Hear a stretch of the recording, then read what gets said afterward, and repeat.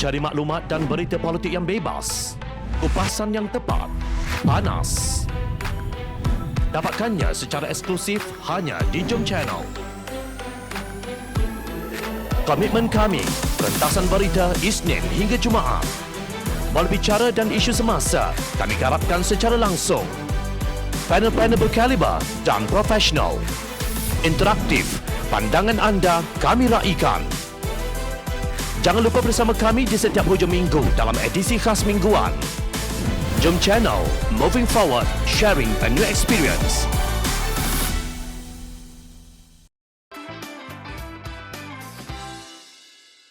Keluarga Ismail Sabri nyata gagal urus bencana. Kerajaan Perikatan Nasional pimpinan Tan Sri Mahyadin Mat Yassin didakwa gagal dalam tempoh pemerintahannya selama 17 bulan 16 hari. Tiada langsung peningkatan dalam negara kecuali bilangan jangkitan pandemik COVID-19 yang setiap hari meningkat sehingga ke 5 angka. Ekonomi merudum, syarikat besar tutup operasi. Malaysia tidak lagi menjadi pilihan pelabur. Pengangguran meningkat dan pertumbuhan ekonomi semakin mengecut. Seluruh kabinetnya yang bersaiz XXXL dengan 32 menteri serta 38 timbalan menteri berasaskan Scheme of Things gagal. Tampil pula Kerajaan UMNO Barisan Nasional pimpinan Datuk Seri Ismail Sabri Yaakob dengan Kabinet Keluarga Malaysia. Kerajaan Ismail Sabri digelar Kabinet Keluarga 69 kerana mengekalkan hampir kesemua menteri dan timbalan menteri yang gagal di era pentadbiran Perikatan Nasional. Namun setelah 100 hari beliau mendabik dada, kononnya mencapai petunjuk prestasi utama KPI 90/100. Walaupun di luar kabinetnya kita tidak tahu apa indikator yang digunakan. Tiba-tiba taufan ra'i menyerang negara. Banjir berlaku di beberapa buah negeri, yang paling teruk di Selangor dan juga Pahang.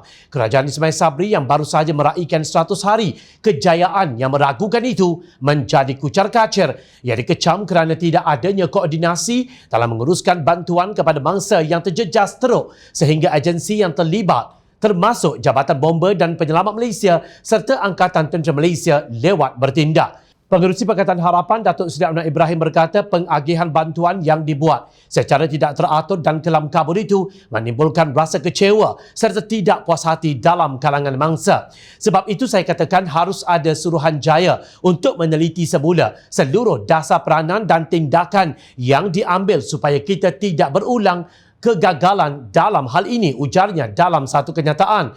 Beliau mengimbas kembali ketika berlaku banjir pada tahun 1995. Beliau yang menjadi pengerusi untuk mengendalikan bencana sebagai timbalan Perdana Menteri memanggil mesyuarat khas Kabinet pada malam itu juga. Malam itu buat keputusan, malam itu kerah tentera turun malam itu juga. Bagi berapa jam tentera boleh lakukan, kata Anwar.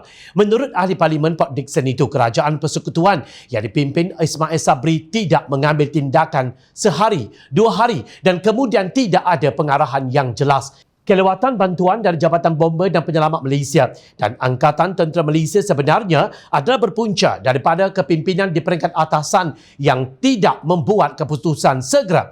Pada Selasa, Ismail Sabri mengakui terdapat kelemahan dalam pengurusan bencana banjir terutamanya di negeri Selangor. Menurut beliau, tanggungjawab pengurusan bencana banjir tidak hanya terletak di bahu Kerajaan Persekutuan. Sebaliknya, kerajaan negeri dan petugas di peringkat daerah turut memainkan peranan. Kenyataan dangkal Ismail Sabri ini seolah-olah mahu menyalahkan kerajaan negeri, sedangkan agensi pengurusan bencana negara NADMA yang di bawah kuasa Menteri-Menteri Tugas-Tugas Khas Datuk Dr. Abdul Latif berada di dalam Jabatan Perdana Menteri. Abdul Latif menafikan pihaknya tidak terlibat secara langsung dalam urusan kejadian bencana alam dan hanya menguruskan pampasan. Kononnya media yang tersalah petik. Namun hakikatnya Angkatan Tentera Malaysia ATM dikatakan bertindak bagi membantu mangsa banjir tanpa menunggu arahan NADMA. Malah difahamkan NADMA hanya bermesyuarat pada 21 Disember setelah kerja-kerja menyelamat mangsa banjir dilakukan oleh pihak NGO, orang perseorangan dan wakil rakyat Pakatan Harapan serta pasukan mereka terlebih dahulu. Kononnya, jika berlaku banjir di peringkat negeri, kerajaan negeri melalui Setiausaha Kerajaan Negeri yang akan mempengerusikan mesyuarat jawatankuasa pengurusan bencana negara JPBN negeri dan mengambil alih semua agensi yang terbabit untuk menanganinya. Situasi ini lagi pelik. Menteri Besar jadi tunggul ke? Adakah Setiausaha Kerajaan Negeri ada kuasa untuk memanggil Angkatan Tentera Malaysia yang harus mendapat arahan daripada NADMA? Keputusan ini mungkin ada kaitan dengan jawatan Pengerusi Majlis Keselamatan Negara. Bagi Selangor kini dipegang oleh Pengerusi Perhubungan UMNO Negeri Selangor, Tan Sri Noh Omar, bukan Menteri Besar Selangor, Datuk Seri Amiruddin Syari. Pencapaian 90% yang diumumkan oleh Ismail Sabri itu amat meragukan, umpama lelucon. Ia dilihat sekadar mahu menutup segala kegagalan yang dilakukan oleh para menteri dan timbalan Menteri Kerajaan Keluarga 69 ini dalam melaksanakan amanah yang dipertanggungjawabkan kepada mereka. Apabila bencana benar-benar berlaku, keluarga kebanggaan Perdana Menteri ini benar-benar gagal 100%.